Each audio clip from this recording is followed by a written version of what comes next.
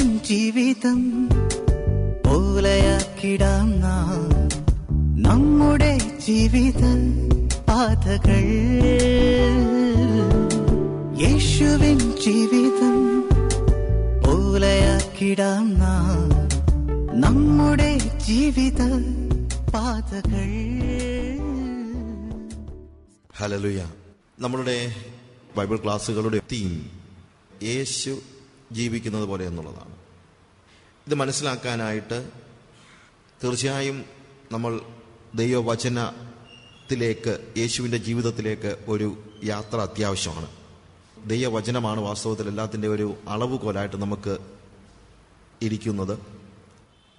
മുമ്പ് അങ്ങനെ അല്ലായിരുന്നുവെങ്കിൽ അന്ന് എങ്ങനെയായിരുന്നു എന്നറിയാനുള്ള, ഇപ്പോൾ യേശു പരീശന്മാർ വന്ന് വിവാഹമോചനത്തെക്കുറിച്ച് ചോദിക്കുമ്പോൾ ആദിയിൽ അങ്ങനെ അല്ലായിരുന്നു.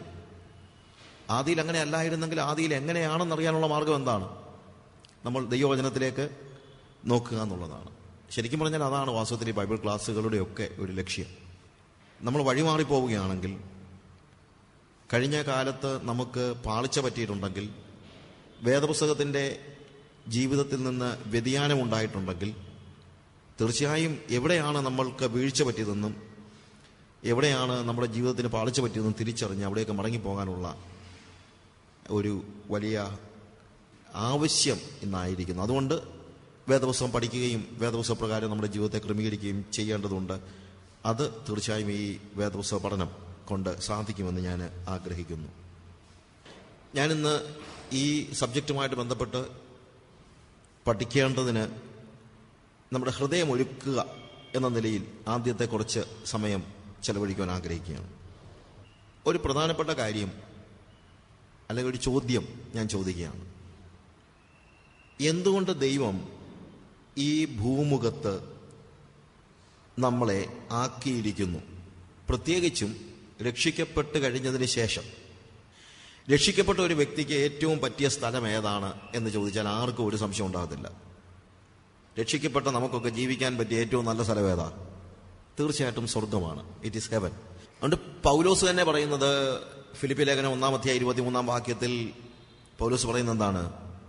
വിട്ടുപിരിഞ്ഞ് ക്രിസ്തുവിനോടുകൂടെ ഇരിപ്പാൻ എനിക്ക് ആഗ്രഹമുണ്ട്. അത് അത്യുത്തമമല്ലോ, അത്രയും ഉത്തമമായ മറ്റൊന്നുമില്ല. That is the best place for all each and every Christian. നമ്മുടെ ഏതൊരു ക്രിസ്ത്യാനിയുടെയും ഏതൊരു വിശ്വാസിയുടെയും ജീവിതത്തിൽ, രക്ഷിക്കപ്പെട്ട ഒരു വ്യക്തിയുടെ ജീവിതത്തിൽ അയാൾക്ക് പറ്റിയിരിക്കുന്ന ഏറ്റവും ബെസ്റ്റ് പ്ലേസ് എന്ന് പറയുന്നത് തീർച്ചയായിട്ടും സ്വർഗമാണ്.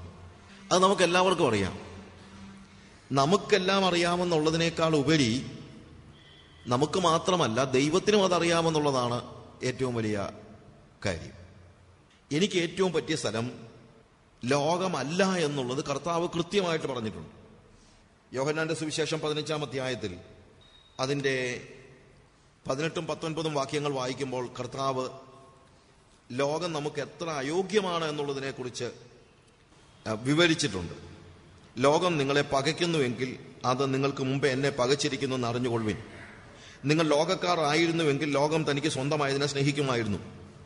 എന്നാൽ നിങ്ങൾ ലോകക്കാരായിരിക്കാതെ ഞാൻ നിങ്ങളെ ലോകത്ത് നിന്ന് തിരഞ്ഞെടുത്തിരിക്കുന്നത് കൊണ്ട് ലോകം നിങ്ങളെ പകയ്ക്കുന്നു. അപ്പൊ കർത്താവ് പറയാണ്, നിങ്ങൾ ഈ ലോകത്തിന്റെ ആൾക്കാരല്ല, നിങ്ങൾ ലോകത്തിന്റെ സ്വന്തമല്ല. നിങ്ങൾ ലോകത്തിന്റെ സ്വന്തമായിരുന്നെങ്കിൽ ലോകം നിങ്ങളെ സ്നേഹിക്കുമായിരുന്നു. അതുകൊണ്ട് നിങ്ങൾ ഈ ഭൂമിയിൽ ജീവിക്കുമ്പോൾ ലോകം നിങ്ങളെ സ്നേഹിക്കുമെന്ന് നിങ്ങൾ ആരും പ്രതീക്ഷിക്കരുത്. ലോകം നിങ്ങളെ പകയ്ക്കും. പിന്നെ ഒരു കാര്യത്തിൽ നിങ്ങൾക്ക് ആശ്വസിക്കാം, അത് നിങ്ങളെ പകയ്ക്കുന്നതിന് മുമ്പ് എന്താണ്? എന്നെ തന്നെ അത് പകച്ചിട്ടുണ്ട്. ദാസൻ യജമാനേക്കാൾ വലിയവനല്ല എന്ന് ഞാൻ നിങ്ങളോട് പറയുന്നു. അവർ എന്നെ ഉപദ്രവിച്ചുവെങ്കിൽ നിങ്ങളെയും ഉപദ്രവിക്കും. എന്റെ വചനം പ്രമാണിച്ചു എങ്കിൽ നിങ്ങളുടെ ഇതും പ്രമാണിക്കും.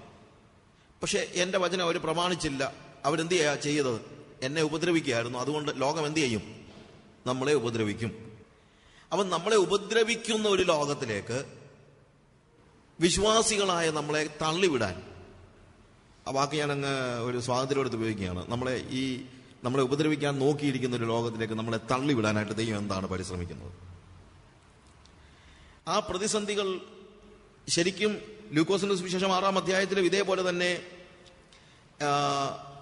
കർത്താവ് പറയുന്ന ഭാഗം നമ്മൾ വായിക്കുമ്പോൾ അവിടെ എഴുതിയിരിക്കുന്നത്, ലൂക്കോസിന്റെ സുവിശേഷം 6-ാം അധ്യായത്തിന്റെ 22-ാം വാക്യത്തിൽ, മനുഷ്യപുത്രൻ നിമിത്തം മനുഷ്യർ നിങ്ങളെ ദ്വേഷിച്ച് ഭ്രഷ്ടരാക്കി നിന്ദിച്ച് നിങ്ങളുടെ പേർ വിടക്ക് എന്ന് എണ്ണും. അപ്പൊ നമുക്കൊരിക്കലും ഇവിടെ നല്ല ഒരു കാര്യവും പ്രതീക്ഷിക്കാൻ പറ്റത്തില്ല. നിങ്ങളെ ദ്വേഷിച്ച് ഭ്രഷ്ടരാക്കി നിങ്ങളെ നിന്ദിച്ച് നിങ്ങളുടെ പേര് വിടക്ക് എന്ന് തള്ളും. ഇങ്ങനെ നമുക്ക് ഒരു രീതിയിലും യോജിക്കാത്തതായ ഈ ലോകത്തിൽ നമ്മൾ എന്തുകൊണ്ട് വീണ്ടും താമസിക്കണം, വീണ്ടും ജീവിക്കണം? നമുക്കുള്ള ബെസ്റ്റ് പ്ലേസ് ഈ ഭൂമി അല്ല, സ്വർഗമാണ് എന്നുള്ളതിന് യാതൊരു സംശയമില്ല. അതുകൊണ്ടാണല്ലോ യോഹന്നാന്റെ സുവിശേഷം 14 അധ്യായത്തിന്റെ 1 മുതലുള്ള വാക്യങ്ങൾ വായിക്കുമ്പോൾ അവിടെ കാണുന്നത്, നിങ്ങളുടെ ഹൃദയം കലങ്ങിപ്പോകരുത്, ദൈവത്തിൽ വിശ്വസിപ്പീൻ, എന്നിലും വിശ്വസിപ്പീൻ. എന്റെ പിതാവിന്റെ ഭവനത്തിൽ അനേകം വാസസ്ഥലങ്ങളുണ്ട്. ഇല്ല എങ്കിൽ ഞാൻ നിങ്ങളോട് പറയുമായിരുന്നു. ഞാൻ നിങ്ങൾക്ക് സ്ഥലം ഒരുക്കുവാൻ പോകുന്നു. ഞാൻ പോയി നിങ്ങൾക്ക് സ്ഥലം ഒരുക്കിയാൽ ഞാൻ ഇരിക്കുന്ന ഇടത്ത് നിങ്ങളും ഇരിക്കേണ്ടതിന് പിന്നെയും വന്ന് നിങ്ങളെ എന്റെ അടുക്കൽ ചേർത്തുകൊള്ളും. അപ്പൊ നമ്മളെ അങ്ങോട്ട് കൊണ്ടുപോകാനാണ്. എന്താണെങ്കിലും ഈ ഭൂമി തന്നെ ഇട്ടേക്കാനല്ല. ഭൂമിയിൽ നിന്ന് നമ്മളെ എങ്ങോട്ട് കൊണ്ടുപോകും? കർത്താവ് നമുക്ക് വേണ്ടി ഒരുക്കുന്ന സ്വർഗത്തിലേക്ക് നമ്മളെ കൊണ്ടുപോകും. ഇവിടെ എന്നേക്കുമായിട്ട് ദൈവം ആഗ്രഹിക്കുന്നില്ല. പക്ഷെ കുറച്ചു നാളത്തേക്ക് ഇവിടെ ഉള്ളെന്ന് പറഞ്ഞാലും അതൊരു വലിയൊരു ദുരിതമാണ്. കുറച്ചു നാൾ തന്നെ ഈ ഭൂമി ജീവിക്കണമെങ്കിൽ അത് തന്നെ എന്തൊരു പ്രയാസമാണ്. ഇവിടെ കർത്താവ് പറയുന്നത്, മോനെ, ഇപ്പൊ ചിലപ്പോൾ അപ്പനോ അമ്മയൊക്കെ പറയുമല്ലോ, മോനെ അവിടെ ഞാൻ അക്കോമഡേഷനൊക്കെ ഒന്ന് ശരിയാക്കിയിട്ട് പിന്നെ വന്ന് നിങ്ങളെ കൂടെ കൊണ്ടുപോകാന്ന് പറയുന്ന പോലെ കർത്താവ് നമ്മളോട് പറഞ്ഞ എന്താ, നിങ്ങൾ തീർച്ചയായിട്ടും ഞാൻ അങ്ങോട്ട് കൊണ്ടുപോകും, ഞാൻ പോയി സ്ഥലം ഒരുക്കിയാൽ. പക്ഷേ ഇവിടെ നമ്മൾ ലോകത്തിലെ ഒരു ജോലിക്കാരൻ അക്കോമഡേഷൻ ഒരുക്കാൻ താമസിക്കുന്നത് പോലെ കർത്താവ് സ്വർഗത്തിൽ കുറച്ച് പണിയൊക്കെ നടത്തി, അല്ലെങ്കിൽ പെട്ടെന്നത് കർത്താവിന് ചെയ്യാൻ വയ്യാത്തത് കൊണ്ടാണോ? അതുകൊണ്ടാണോ കർത്താവ് പറഞ്ഞത്, ഞാൻ ഇപ്പോഴേ കൊണ്ടുപോയി കഴിഞ്ഞാൽ അവിടെ നിങ്ങൾക്ക് താമസിക്കാൻ സ്ഥലമൊന്നുമില്ല, പിന്നെ ഞാൻ അവിടെ പോയി കുറച്ച് സ്ഥലമൊക്കെ ഒന്ന് ഒരുക്കി എല്ലാം ഒന്ന് ക്ലീൻ ആക്കി ശരിയാക്കി കഴിഞ്ഞിട്ട് പിന്നെ വരാമെന്ന് പറയാൻ തന്നെ സ്വർഗത്തിന് എന്താ എന്തെങ്കിലും കുറവുണ്ടായിട്ടാണോ? അതുകൊണ്ടൊന്നും അല്ലല്ലോ. എന്തുകൊണ്ട് ദൈവം നമ്മൾ രക്ഷിക്കപ്പെട്ട ശേഷം നമ്മുടെ ബെസ്റ്റ് പ്ലേസ് സ്വർഗമാണെന്ന് അറിഞ്ഞിട്ടും, അത് എനിക്ക് മാത്രമല്ല യേശു കർത്താവും അത് അറിഞ്ഞിട്ടും, രക്ഷിക്കപ്പെട്ട അന്ന് രാത്രി തന്നെ വല്ല കാറ് പിടിച്ച് ഞാൻ അങ്ങ് മരിച്ചു പോയായിരുന്നെങ്കിൽ നേരെ സ്വർഗത്തിൽ പോയനെ അല്ലേ നല്ലത്? എന്തുകൊണ്ട് എന്നെ വീണ്ടും ഈ ഭൂമിയിലേക്ക് ജീവിക്കാൻ യേശു പറഞ്ഞു വിട്ടിരിക്കുന്നു? Why I am still in the face of this planet earth? അതിന് പല ഉണ്ടാകാമെന്നല്ല, ഉണ്ട്. നമ്മളിത് പറയുമ്പോൾ പ്രധാനമായും നമ്മൾ പറയുന്ന ഒരു കാര്യം, ദൈവം വേറൊരു ലക്ഷ്യത്തോടുകൂടെ, എന്താണ്, നമ്മൾ മറ്റുള്ളവരെ ഒരു സുവിശേഷം അറിയിക്കുക എന്ന ലക്ഷ്യത്തോടു കൂടെ, അല്ലെങ്കിൽ ആ സുവിശേഷ പ്രഘോഷണം എന്ന ലക്ഷ്യത്തോടു കൂടെയാണ് ദൈവം നമ്മളെ ഭൂമിയിലാക്കിയിരിക്കുന്നത്. ശരിയാ, നമ്മൾ മാത്രം അങ്ങ് സ്വർഗത്തിൽ പോയാൽ പോരാല്ലോ. ഈ രക്ഷയുടെ സദ്വർത്തമാനം എല്ലാവരും അറിയണ്ടേ, മറ്റുള്ളവരും കൂടെ അറിയണ്ടേ. ഞാനിപ്പോൾ ഒരു കപ്പലിൽ മുങ്ങിത്താഴാൻ പോവുകയാണ്, എല്ലാവരും കൂടെ കപ്പലിനകത്ത് മുങ്ങിത്താഴാൻ പോകുന്ന കൂട്ടത്തിൽ ഞാൻ എങ്ങനെങ്കിലും വലിഞ്ഞു കയറി മോളിൽ നോക്കിയപ്പോൾ മുകളിൽ എവിടെയോ ഒരിടത്തൊരു ഡോർ തുറന്നിട്ടുണ്ടെന്നും ആ ഡോറിലൂടെ ഞാൻ നോക്കിയപ്പോൾ എനിക്ക് വേണ്ടി കാത്തിരിക്കുന്ന ഒരു ലൈഫ് ബോട്ട് ഉണ്ട്, അല്ലെങ്കിൽ ആളുകളെ ചേർത്തുകൊണ്ട് പോകാൻ പറ്റുന്ന ഒരു ലൈഫ് ബോട്ട് ഉണ്ടെന്ന് മനസ്സിലാക്കി കഴിഞ്ഞാൽ എങ്ങനെങ്കിലും എനിക്കങ്ങ് രക്ഷപ്പെടാം എന്ന് പറഞ്ഞ് ഞാൻ തന്നെ വലിഞ്ഞു കയറി പോകുന്നതിനകത്ത് അർത്ഥമില്ല. അതൊരുമാതിരി സ്വാർത്ഥതയാണ്. അതുകൊണ്ട് എന്ത് ചെയ്യും? സ്വാഭാവികമായി ഞാൻ ചെയ്യുന്നത്, ഞാൻ താഴേക്ക് ചെന്ന ആളുകളോടെല്ലാം പറയും, മുകളിലൊരു വാതിൽ തുറന്നിട്ടുണ്ട് എന്ന്. തന്നെയല്ല, നമ്മൾ പേടിക്കേണ്ട കാര്യമില്ല, അതിലെ ചെന്ന് കഴിഞ്ഞാൽ നമുക്ക് ലൈഫ് ബോട്ടിലോട്ട് ഇറങ്ങാൻ പറ്റും, നമ്മൾ രക്ഷപ്പെടാൻ പോകുകയാണ് എന്ന് ഞാൻ പറഞ്ഞില്ലെങ്കിൽ ഞാനൊരു അധമനായിരിക്കും. അപ്പൊ അതുകൊണ്ട് യേശു കർത്താവ് നമ്മളെ വീണ്ടെടുത്തതിന് ശേഷവും ദൈവം നമ്മളെ ഭൂമിയിലാക്കിയിരിക്കുന്നെങ്കിൽ അതിന്റെ ഒരു പ്രധാന കാരണം, വിശ്വാസത്തിൽ അല്ലെങ്കിൽ രക്ഷയിൽ നമ്മൾ വന്നു, നമ്മളെ എങ്ങനെയെങ്കിലും സ്വർഗത്തിൽ കൊണ്ടുപോകുവാൻ, അല്ലെങ്കിൽ നമ്മൾ സ്വർഗത്തിൽ പോകുന്നു, അതിനോട് ചേർന്ന് അതിലുപരിയായി നമ്മോട് കൂടെ ഈ അധമ പാതാളത്തിൽ കിടക്കുന്ന ജനങ്ങളെ കൂടെ എന്ത് ചെയ്യണം? സ്വർഗത്തിലേക്ക് കൊണ്ടുപോകാനുള്ള ഒരു വലിയ ഉത്തരവാദിത്വം നമുക്കുണ്ട്. ഞാൻ ആ ഉത്തരവാദിത്വത്തെ മറച്ചു വെക്കുന്നില്ല. ഞാൻ അത് ചെയ്യുന്നില്ലെങ്കിൽ ഞാൻ സ്വാർത്ഥനും അധമനുമായ ഒരു വ്യക്തിയായിരിക്കും. എന്നാൽ അങ്ങനെ ദൈവത്തിന് വേണ്ടി കുറേയേറെ ആളുകളെ കൂടെ നേടാനുള്ള ഒരു ജോലിക്കാരനായിട്ടാണോ ദൈവം എന്നെ ഭൂമിയിലാക്കിയിരിക്കുന്നത്? അല്ലെങ്കിൽ അത് മാത്രമേ കർത്താവിൻ്റെ ഹൃദയത്തിലുള്ളോ? അല്ലെങ്കിൽ ഞാൻ സുവിശേഷം പറഞ്ഞില്ലെങ്കിൽ ആളുകളൊക്കെ കർത്താവിനെ അംഗീകരിക്കത്തില്ല, അതുകൊണ്ട് ദൈവത്തിന് വേറെ ആരെയും കിട്ടാഞ്ഞത് കൊണ്ട് എന്നെ കൂടെ ഇതിനകത്താക്കിയതാണോ? എനിക്ക് എന്തെങ്കിലും വ്യത്യസ്തത, ഈ നമ്മുടെ ഭാഷയിൽ പറഞ്ഞു കഴിഞ്ഞാൽ ഈ മരുപ്രയാണത്തിൽ എനിക്കെന്തെങ്കിലും വ്യത്യാസം, അല്ലെങ്കിൽ എനിക്കെന്തെങ്കിലും ഒരു പ്രത്യേകതയുണ്ടോ? ഓഫ് കോഴ്സ് ഞാൻ സുവിശേഷം അറിയിക്കണം. സുവിശേഷം അറിയിക്കുമ്പോൾ നമ്മളൊരു കാര്യം മനസ്സിലാക്കണം, നമ്മൾ ദൈവത്തിന് ചെയ്യുന്ന ഔദാര്യം ഒന്നും അല്ല സുവിശേഷ വേല എന്ന് പറയുന്നത്. When we preach gospel, when we share Jesus with others, we are becoming partners with Jesus. നമ്മൾ സുവിശേഷം അറിയിക്കുമ്പോൾ ശരിക്കും പറഞ്ഞു കഴിഞ്ഞാൽ യേശു കർത്താവിന്റെ പാർട്ട്നേഴ്സ് ആവുകയാണ്. അതുകൊണ്ട് തന്നെ നമ്മൾ സുവിശേഷം അറിയിക്കുന്നത് ദൈവത്തിനൊരു ഉപകാരം ചെയ്യുകയൊന്നുമല്ല, പകരം ദൈവത്തിന്റെ പാർട്ട്ണറാകാൻ ദൈവം നമുക്ക് നൽകിയിരിക്കുന്ന ഒരു അവസരമായതുകൊണ്ട് സുവിശേഷം അറിയിക്കുന്നതിന് വേണ്ടി ദൈവം നമ്മളെ ഭൂമിയിലാക്കിയിരിക്കുന്നു. ഒരു ജോലി, ഒരു ലേബർ ഫോഴ്സായിട്ട് നമ്മളെ ആക്കിയിരിക്കുന്ന ആരും ചിന്തിക്കരുത്. നമ്മൾ സുവിശേഷം അറിയിക്കുന്നെങ്കിൽ തീർച്ചയായും അത് ദൈവം അവന്റെ പാർട്ട്ണറാകാൻ നമുക്ക് നൽകിയിരിക്കുന്ന വലിയ ഒരു ഭാഗ്യത്തിന്റെ ഭാഗമായി നമ്മളത് ചിന്തിച്ചാൽ മതി. പക്ഷെ ഞാനിവിടെ പറയാൻ ഉദ്ദേശിക്കുന്ന, അല്ലെങ്കിൽ ഇവിടെ എംഫസൈസ് ചെയ്യാൻ ഉദ്ദേശിക്കുന്നത് മറ്റൊരു കാര്യമാണ്. സുവിശേഷം അറിയിക്കുക എന്ന് പറയുന്നത് നമ്മുടെ ഈ ഭൂമിയിലെ ജീവിതത്തിന്റെ ഒരു പ്രധാന ലക്ഷ്യമായിരിക്കെ തന്നെ എന്റെ പേഴ്സണൽ ലൈഫിൽ ഈ ഭൂമിയിലെ ജീവിതം എങ്ങനെയാണ് പോസിറ്റീവ് ആകുന്നത്. ഞാൻ പറഞ്ഞല്ലോ, ഈ ഭൂമിയിലെ ജനങ്ങൾ എന്നെ ഉപദ്രവിക്കുവാനും, അല്ലെങ്കിൽ ലോകത്തിലെ ലൗകികരായ ആളുകൾ എന്നെ ഭ്രഷ്ടനാക്കുവാനും, എന്നെ പള്ളു പറയാനും, എന്നെ നിന്ദിക്കുവാനും, എന്നെ അല്ലെങ്കിൽ എക്സ്കമ്മ്യൂണിക്കേറ്റ് ചെയ്യാനും ഒക്കെ പരിശ്രമിക്കുന്നതായ ഒരു സമയത്ത് ഉപദ്രവിക്കുന്നതായ ഈ ലോകത്തിൽ എന്നെ വീണ്ടും പറഞ്ഞു വിട്ടത് ഒരു ലേബർ ഫോഴ്സ് എന്ന നിലയിലാണോ? എനിക്കെന്താണ് ഇതുകൊണ്ട് പ്രയോജനം ഉണ്ടാകുന്നത്? എന്താണ് വ്യത്യാസം ഉണ്ടാകുന്നത്? ഇത് മനസ്സിലാക്കാൻ നമ്മുടെ ഭൂമിയിലെ ജീവിതത്തെ പഴയ നിയമ ഇസ്രായേലിന്റെ ജീവിതവുമായി ബന്ധപ്പെടുത്തി ഞാൻ ഒന്ന് വിശദമാക്കാനായിട്ട് പരിശ്രമിക്കുകയാണ്. നമ്മൾ പല സമയത്തും വേദപുസ്തകത്തിലെ പുതിയ നിയമത്തിലെ കാര്യങ്ങൾ പഠിക്കുമ്പോൾ ഓൾഡ് ടെസ്റ്റമെന്റിലെ സഭ എന്ന് പറയുന്ന ഇസ്രായേൽ മക്കളുടെ ജീവിതവുമായി അവരോടുള്ള ദൈവത്തിന്റെ ഇടപെടലുമായി ബന്ധപ്പെടുത്തി പല കാര്യങ്ങളും പഠിക്കുന്നുണ്ട്. അങ്ങനെ പഠിച്ചാൽ, ഒരു അലിഗറിക്കലായിട്ട് നമ്മൾ ഈ കാര്യങ്ങളെ ഗ്രഹിച്ചാൽ നമുക്ക് മനസ്സിലാകുന്ന ഒരു കാര്യമുണ്ട്. ഇസ്രായേൽ മക്കളുടെ മരുഭൂമി പ്രയാണത്തിന് തുല്യമാണ് വീണ്ടെടുക്കപ്പെട്ട ദൈവജനങ്ങളുടെ സ്വർഗപ്രവേശനത്തിന് മുമ്പുള്ള ഭൂമിയിലെ ജീവിതം എന്ന് പറയുന്നത്. ഏതാണ്ട് അതേപോലെയാണ് യേശു കർത്താവ് നമ്മളെ വീണ്ടെടുത്തു. ഇസ്രായേലിനെ യഹോവ മിസ്രൈമിൽ നിന്ന് വീണ്ടെടുത്തു. ഇസ്രായേലിനെ ദൈവം കനാൻ നാട്ടിലേക്ക് നടത്തി. പക്ഷെ കനാൻ നാട്ടിലേക്ക് ഒറ്റ ദിവസം കൊണ്ട് പോവുകയായിരുന്നില്ല. മരുഭൂമിയിൽ അവർക്കൊരു 40 വർഷം താമസിക്കേണ്ടി വന്നു. ഈ മരുഭൂപ്രയാണത്തിന്റെ കാലയളവിനെയാണ് ശരിക്കും പറഞ്ഞു കഴിഞ്ഞാൽ നമ്മുടെ ഈ ഭൂമിയിലുള്ള ജീവിതവുമായി ബന്ധപ്പെടുത്തി നമ്മൾ പഠിക്കുന്നത്. അതുകൊണ്ടാണ് നമ്മൾ പറയുമ്പോഴും പാടുമ്പോഴും എല്ലാം ഇതെന്താണ്, നമ്മുടെ മരുഭൂപ്രയാണമാണ് എന്ന് പറയുന്നത്. ഇസ്രായേൽ 400 വർഷം ഇസ്രായേൽ മക്കൾ ഫറവോന്റെ അടിമത്തത്തിലായിരുന്നു. അതിനുശേഷമാണ് ദൈവം അവരെ വീണ്ടെടുക്കുന്നത്. അങ്ങനെ അവർ യഹോവയുടെ ജനമായിരുന്നു. നിങ്ങൾ മനസ്സിലാക്കണം, they were people of God. Israel യഹോവയുടെ ജനമായിരുന്നു. എന്നാൽ വീണ്ടെടുക്കപ്പെട്ട യഹോവയുടെ ജനം ആ ജനത്തെ വീണ്ടെടുക്കപ്പെട്ട കനാനിലേക്ക്, അല്ലെങ്കിൽ വീണ്ടെടുക്കപ്പെട്ടവർക്ക് വേണ്ടി ഒരുക്കിയിരിക്കുന്ന വാഗ്ദത്ത കനാൻ നാട്ടിലേക്ക് കൊണ്ടുപോകുന്നതിന് മുമ്പ് ദൈവം ചില പണികൾ പണിയുകയാണ് 40 വർഷം. കാരണമുണ്ട്. മിസ്രൈമിലെ അവരുടെ ജീവിതത്തിന്റെ ഒരു വലിയ പ്രശ്നം എന്ന് പറയുന്നത് ദൈവവുമായിട്ടുള്ള അവരുടെ റിലേഷനിലും ദൈവജനം എന്നുള്ള തിരിച്ചറിവിലും ദൈവത്തോടുള്ള അനുസരണത്തിലുമല്ല. മിസ്രൈമിൽ അവരെ ഭരിച്ചിരുന്നത് ആരാണ്? ഇറ്റ് വാസ് ഫറവോന്റെ അടിമത്തത്തിന് കീഴിലായിരുന്നു അവര്.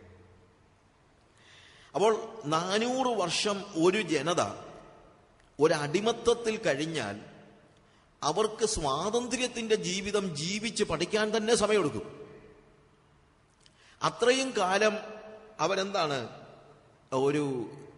അവരുടെ ലൈഫും അവരുടെ ആറ്റിറ്റ്യൂഡും അവരുടെ എല്ലാ കാര്യങ്ങളും, അല്ലെങ്കിൽ അവർക്ക് യഹോവയെ കുറിച്ച് അറിവുണ്ടായിരുന്നെന്ന് ചോദിച്ചു കഴിഞ്ഞാൽ കുറച്ചൊക്കെ ആൾക്കാർക്കൊക്കെ അറിയാമായിരുന്നെങ്കിലും യഹോവയുടെ ജനം എന്ന നിലയിൽ അവർ ജീവിതത്തെ പ്രാക്ടീസ് ചെയ്തിട്ടില്ല. ഇതേപോലെ തന്നെയാണ് വാസ്തവത്തിൽ വീണ്ടെടുക്കപ്പെട്ട ദൈവജനത്തിന്റെയും പ്രത്യേകത. നമ്മൾ വീണ്ടെടുക്കപ്പെടുമ്പോൾ നമ്മൾ വാസ്തവത്തിൽ ദൈവത്തിന്റെ ജനമായി തീരുകയാണ്. പക്ഷേ ദൈവത്തിന്റെ ജനം എന്ന നിലയിൽ വീണ്ടെടുക്കപ്പെട്ട ജനങ്ങൾ ജീവിതം പരിശീലിച്ചിട്ടില്ല. ഇതുവരെ നമ്മൾ പരിശീലിച്ചത് ഫറവോന്റെ അടിമത്തത്തിൽ കഴിഞ്ഞ ഇസ്രായേൽ മക്കളെ പോലെ പിശാചിന്റെ അടിമത്തത്തിൽ ജീവിച്ചേ നമ്മൾ പഠിച്ചിട്ടുള്ളൂ. അപ്പൊ നമ്മളെ കനാൻ നാട്ടിലേക്ക് കൊണ്ടുപോകുമ്പോൾ അവിടെ അടിമകളായി ജീവിക്കാനല്ല, വാഴുന്നവരായി ജീവിക്കുവാനാണ് യേശു കർത്താവ് ഉദ്ദേശിച്ചത്, അല്ലെങ്കിൽ ദൈവം ഉദ്ദേശിക്കുന്നത്. അപ്പൊ അടിമയുടെ ജീവിതത്തിൽ നിന്ന് വാഴുന്നവരുടെ ജീവിതത്തിലേക്ക്, ഫറവോന്റെ അടിമത്തത്തിൽ നിന്ന് ദൈവത്തിന്റെ സ്വാതന്ത്ര്യത്തിലേക്ക്, ഫറവോനെ അനുസരിച്ച് നടന്ന ജീവിതത്തിൽ നിന്ന് ഇപ്പോൾ ദൈവത്തെ അനുസരിക്കുന്ന ജീവിതത്തിലേക്ക്, അങ്ങനെ ആകമാനമായി നമ്മളുടെ ബീയിങ്ങിന് തന്നെ ഉണ്ടാകുന്ന വലിയൊരു വ്യത്യാസം വീണ്ടെടുപ്പിലൂടെ സംഭവിക്കുന്നുണ്ട്. അതുകൊണ്ടാണ് 1 പത്രോസ് 2-ാം അധ്യായത്തിൽ അതിന്റെ 10-ാമത്തെ വാക്യം നമ്മൾ വായിക്കുമ്പോൾ, 1 Peter chapter 2 verse 10 നമ്മളോട് വായിക്കുമ്പോൾ, മുമ്പേ നിങ്ങൾ ജനമല്ലാത്തവർ ഇപ്പോഴോ ദൈവത്തിന്റെ ജനം, കരുണ ലഭിക്കാത്തവർ ഇപ്പോഴോ കരുണ ലഭിച്ചവർ തന്നെ. നമ്മുടെ ചേഞ്ചാണ്. മുമ്പേ ജനമല്ലാത്തവർ ഇപ്പോൾ ദൈവത്തിന്റെ ജനം. വിശ്വാസത്തിൽ വരുന്നതിന് മുമ്പ് നമ്മൾ ഒരുപക്ഷെ 20 വർഷം 10 വർഷം അല്ലെങ്കിൽ 30 വർഷം അല്ലെങ്കിൽ 40 വർഷമൊക്കെ നമ്മൾ ജനമല്ലാത്തവരായിരുന്നു. ജനമല്ലാത്തവരായിരുന്നോ എന്ന് ചോദിച്ചു കഴിഞ്ഞാൽ വേണമെങ്കിൽ ജനമായിരുന്നു പറയാം. പക്ഷെ ആരുടെ ജനമായിരുന്നു? പിശാചിന്റെ ജനമായിരുന്നു. നമ്മൾ അനുസരിച്ച് പഠിച്ചത് പിശാചിനെയാണ്. എന്നാൽ ചോരത്തളി ആചരിച്ച കുഞ്ഞാടിന്റെ രക്തത്താൽ വീണ്ടെടുക്കപ്പെട്ട ഇസ്രായേൽ മക്കളെ വീണ്ടും ഫറവോന്റെ അടിമത്തത്തിൽ ഇട്ടേക്കാനല്ല കർത്താവ് വീണ്ടെടുത്തത്. അവരെ ദൈവത്തിന്റെ ജനമായി ജീവിക്കുവാൻ വേണ്ടിയാണ്. അതിനുവേണ്ടി ദൈവം അവർക്കൊരു സ്ഥലം ഒരുക്കിയിട്ടുണ്ട്. ആ സ്ഥലത്തേക്ക് അവരെത്തിച്ചേരുന്നതിന് മുമ്പ് ദൈവത്തിന്റെ ജനമായി എങ്ങനെ ജീവിക്കണം എന്നുള്ളത് അവരെ പഠിപ്പിക്കണം. ഇപ്പോൾ നമ്മൾ ദൈവത്തിന്റെ ജനമാണ്. Change of identity, it has happen. Canaan നാട്ടിലെത്തിയതിനു ശേഷമല്ല നമ്മൾ യഹോവയുടെ ജനമാകുന്നത്. അതാരും തെറ്റിദ്ധരിക്കരുത്. സ്വർഗത്തിൽ ചെന്ന് കഴിയുമ്പോഴല്ല നമ്മളൊക്കെ ദൈവമക്കളാകുന്നത്. പ്രത്യുത നമ്മളിപ്പോൾ തന്നെ ദൈവമക്കളാണ്. ചോരത്തളി ആചരിച്ച് വീണ്ടെടുപ്പ് പ്രാപിച്ച എല്ലാ ജനങ്ങളും ഫറവോന്റെ അടിമത്തത്തിൽ നിന്ന് വീണ്ടെടുക്കപ്പെട്ടവരായി തീർന്നിരിക്കുന്നു. No more they are slave to pharaoh. അവരാരും ഫറവോന്റെ അടിമകളല്ല. എന്നാൽ യഹോവയുടെ ജനമെന്നുള്ള പുതിയ ഐഡന്റിറ്റിയിലേക്ക് പ്രവേശിച്ചപ്പോൾ ഇനിയിപ്പോൾ ആ യഹോവയുടെ ജനമായി അവർ ജീവിക്കണം. 400 വർഷമുണ്ടായിരുന്ന അടിമത്തത്തെ മാറ്റി ഈ പുതിയ സ്വാതന്ത്ര്യത്തിന്റെ ലോകത്തിലേക്ക് പ്രവേശിച്ചപ്പോൾ ഈ സ്വാതന്ത്ര്യം പരിശീലിക്കണം. അതുകൊണ്ടാണ് 40 വർഷം ദൈവം അവരെ മരുഭൂമിയിലൂടെ നടത്തിയത്. ശരിക്കും പറഞ്ഞു കഴിഞ്ഞാൽ ഈ ഇസ്രായേൽ മക്കൾ താമസിച്ചിരുന്ന മിസ്രയീമിലെ സ്ഥലത്ത് നിന്ന് കനാൻ നാട്ടിലെത്താൻ ഒരുമാതിരി ഭേദപ്പെട്ട രീതിയിൽ യാത്ര ചെയ്യുകയാണെങ്കിൽ 40 ദിവസം മതി. മാക്സിമം 40 ദിവസം മതി. 40 ദിവസം കൊണ്ട് ഇവർക്ക് വേണമെങ്കിൽ കനാൻ നാട്ടിൽ ചെന്ന് ചേരാമായിരുന്നു. പക്ഷേ ദൈവം എന്ത് ചെയ്തു? 40 വർഷം എടുത്തിട്ടാണ് അവരെ അവിടെ ആക്കിയത്. അവിടെയാണ് വീണ്ടെടുപ്പ് എന്ന് പറയുന്നത്. ഒരേ സമയം ഒരു ഇവന്റുമാണ്, ഒരു പ്രോസസ്സുമാണ്. ഒരു ഇവന്റ് എന്ന് പറഞ്ഞാൽ ഒരു നിമിഷത്തിൽ സംഭവിക്കുന്ന കാര്യമാണ്. ഒരു പ്രോസസ് എന്ന് പറഞ്ഞു കഴിഞ്ഞാൽ ഒരു തുടർമാന പ്രക്രിയയാണ്. കുഞ്ഞാടിന്റെ രക്തത്താൽ വീണ്ടെടുക്കപ്പെട്ട ജനം എന്ന് അല്ലെങ്കിൽ ആ വീണ്ടെടുക്കപ്പെടുക എന്ന് പറയുന്നത് ഇൻഫാക്ട് ഒരു ഇവന്റ് ആണ്, ഒരു നിമിഷത്തിൽ സംഭവിക്കുന്നതായ ഒരു കാര്യം. എന്നാൽ അങ്ങനെ ഒരു ഇവന്റിലൂടെ ദൈവജനമായി തീർന്നെങ്കിൽ ഫറവോന്റെ രാജ്യം വിട്ട് കനാൻ നാട്ടിൽ എത്തുന്നത് വരെയുള്ള ജീവിതം എന്ന് പറയുന്നത് ഇറ്റ് ഇസ് എ പ്രോസസ്. അതൊരു പ്രക്രിയയാണ്. നമ്മൾ വീണ്ടെടുക്കപ്പെടുമ്പോൾ ഇത് തന്നെയാണ് സംഭവിക്കുന്നത്. ഇസ്രായേൽ മക്കളുടെ ചരിത്രത്തിലേക്ക് വന്നാൽ ഇസ്രായേൽ മക്കളെ ഫറവോന്റെ അടിമത്തത്തിൽ നിന്ന് വിടുവിച്ചുകൊണ്ട് ദൈവം കൊണ്ടുവരുമ്പോൾ എന്താണ് സംഭവിക്കുന്നത്? അവർ യാത്ര ചെയ്യുകയാണ്. ആ യാത്ര ചെയ്ത് നമ്മൾ പുറപ്പാട് പുസ്തകം അതിന്റെ 14-ാമത്തെ വാക്യം വായിക്കുമ്പോൾ ആ പ്രോസസ് നമുക്കൊന്ന് മനസ്സിലാക്കാനായിട്ട് കഴിയും. അവിടെ നിന്ന് യാത്ര പുറപ്പെട്ട് അവര് ചെങ്കടലിന്റെ സമീപത്ത് എത്തി എന്ന് നമ്മൾ കാണുന്നത്. യഹോവ പിന്നെയും 14-ാം വാക്യത്തിൽ യഹോവ പിന്നെയും മോശയോട് കൽപ്പിച്ചെന്നാൽ, നിങ്ങൾ തിരിഞ്ഞ് മിഗ്ദോലിനും കടലിനും മധ്യേ ബാൽസഫോന് സമീപത്തുള്ള പീഹഹീരോത്തിൽ നരികെ പാളയമിറങ്ങണമെന്ന് ഇസ്രായേൽ മക്കളോട് പറയുക. അതിന്റെ സമീപത്ത് സമുദ്രത്തിനരികെ നിങ്ങൾ പാളയമിറങ്ങണം. അപ്പൊ ദൈവം എന്ത് ചെയ്യാണ്? ദൈവം പറയാണ്, നിങ്ങൾ നടന്ന് നടന്ന് നടന്ന് എവിടെ ചെല്ലണം? ചെങ്കടലിന്റെ തീരത്ത് ചെല്ലണം. ചെങ്കടലിന്റെ തീരത്ത് ചെല്ലാൻ അതൊരു ആക്സിഡന്റലായിട്ട് സംഭവിച്ചതാണെന്ന് ആരും ചിന്തിക്കരുത്. നമ്മുടെ മനസ്സിൽ ഒരു പക്ഷേ ഒരു ചിന്തയുണ്ട്, ദൈവം ഇസ്രായേൽ മക്കളെ ചെങ്കടൽ കടത്തിയത് എന്നാന്ന് ചോദിച്ചു കഴിഞ്ഞാൽ നടന്നു നടന്ന് പോയപ്പോൾ അവര് അറിയാതെ എവിടെ ചെന്ന് ചേർന്നു? സമുദ്രത്തിന്റെ മുന്നിൽ ചെന്നു. പിന്നെന്തോ ചെയ്യാനാ? മുന്നിൽ സമുദ്രം, പുറകിൽ ഫറവോന്റെ സൈന്യം, പിന്നെ ഇടത്തും വലത്തും മലകൾ. പിന്നെ എന്തോ ചെയ്യാനാ? ഒരു ഗതിയും ഇല്ലാതെ ദൈവം ഒളിവ് പിന്നെ ഒരു അത്ഭുതം പ്രവർത്തിച്ചു. അവർക്ക് എന്ത് ചെയ്തു? ഇസ്രായേൽ മക്കൾക്ക് എന്താ ചെങ്കടലൊന്ന് പിളർന്ന് അവരെ വഴി നടത്തി. പക്ഷെ അങ്ങനെയല്ല ഇവിടെ വായിക്കുന്നത്. ദൈവം അറിഞ്ഞുകൊണ്ട് അവരെ എവിടെ കൊണ്ടുപോവുകയാണ്? ഈ ചെങ്കടലിന്റെ സമീപത്തേക്ക് കൊണ്ടുപോവുകയാണ്. ഇവിടെ പാളയം ഇറങ്ങാൻ ആവശ്യപ്പെടുകയാണ്. ഒരുമാതിരി ബുദ്ധിയുള്ള ഒരു ആളും പറയുന്ന ഒരു കാര്യമല്ല ഈ ചെങ്കടലിന്റെ സമീപത്ത് പോയി പാളയം ഇറങ്ങാൻ. കാര്യം ആർക്കും മനസ്സിലാക്കാൻ കഴിയുന്നതേ ഉള്ളൂ. ഒരു പക്ഷേ ഫറവോൻ പിന്നാലെ വന്നു കഴിഞ്ഞാൽ ഇവർക്ക് രക്ഷപ്പെടാൻ കഴിയത്തില്ല എന്ന്. 10 കമാൻഡ്മെന്റ്സ് എന്ന് പറയുന്ന ഫിലിമിനകത്ത് ഫറവോൻ ഈ മിസ്രൈമ്യ സൈന്യവുമായിട്ട് ചേർന്ന്, അല്ലെങ്കിൽ അവരെയും കൊണ്ട്, സൈന്യത്തെയും കൊണ്ട് ഇസ്രായേൽ മക്കളെ പിന്തുടരുന്ന സമയത്ത് ചെങ്കടലിന്റെ തീരത്ത് ഇവർ പാളയം ഇറങ്ങുന്നത് കണ്ട് അത്യന്തം സന്തോഷിച്ചു. കാര്യം ഇവരെന്റെ കയ്യിൽ പെട്ടു എന്നുള്ളത് അദ്ദേഹത്തിന്, ഫറവോന് മനസ്സിലായി. അതുകൊണ്ട് ഫറവോൻ പറയുന്നൊരു കാര്യമുണ്ട്, the God of Israel is A poor general. ഇസ്രായേലിന്റെ ദൈവം ഒരു യുദ്ധതന്ത്രജ്ഞതയും അറിയാൻ വയ്യാത്ത ഒരു പുവർ ജനറലാ. അല്ലെങ്കിൽ ഒരിക്കലും അവൻ എന്ത് ചെയ്യത്തില്ല, ഇസ്രായേൽ മക്കളെ ഈ ചെങ്കടലിന്റെ സമീപത്ത് കൊണ്ടുപോയി പാളയം ഇറക്കത്തില്ല.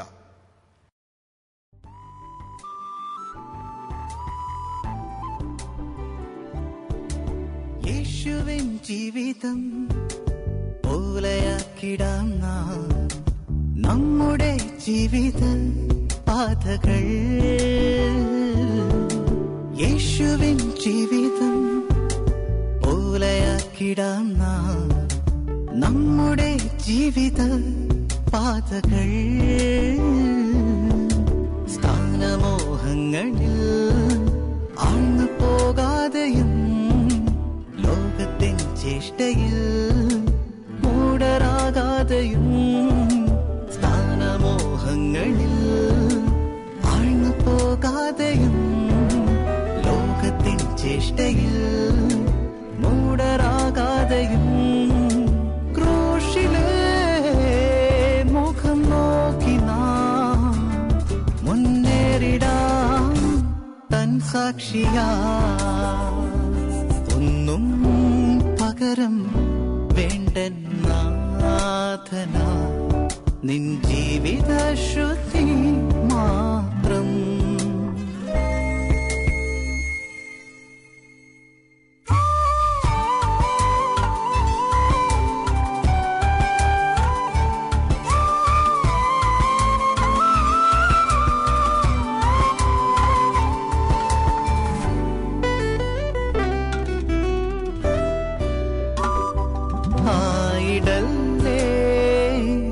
കപടരാം പരീശരെ പോലെ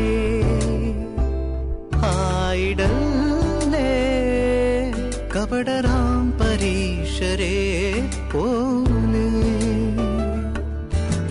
പ്രബലമാം തിരുസഭകളിൽ പ്രധാനിയെങ്കിലും ദൈവ തേജസ്സിൽ നിന്നു നീ എത്രയോ അന്യൻ ആയിടല്ലേ, കപടരാം പരീശരെ പോലെ.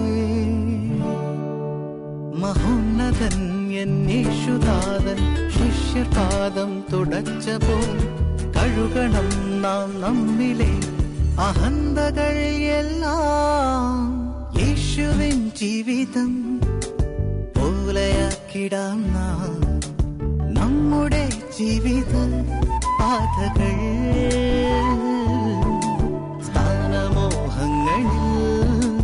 ആഴ്ന്നു പോകാതെയും ലോകത്തിൻ ചേഷ്ടയിൽ മൂടരാകാതെയും, ക്രൂശിലെ മുഖം നോക്കി നാം മുന്നേറിടാം തൻ സാക്ഷിയാ.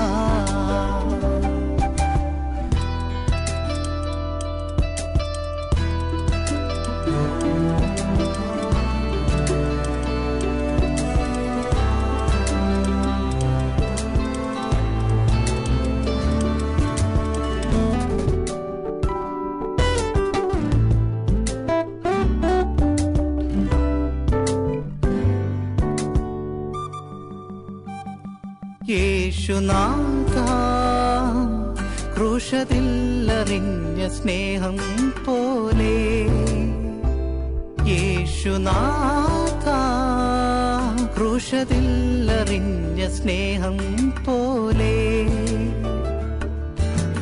നല്ല ശമരിയാക്കാരനെ പോലെ അന്യോന്യം സ്നേഹിച്ചിടാം.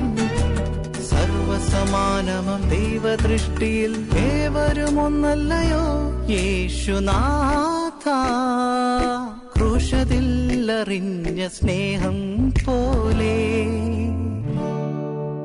ക്ഷമിക്കുക നാം പൊറുക്കുക നമ്മോടു താതൻ ക്ഷമിച്ചപ്പോൾ ക്രൂശതിലേറ്റ പീഡയാൽ അതല്ലയോ നാഥൻ ചെയ്തത്.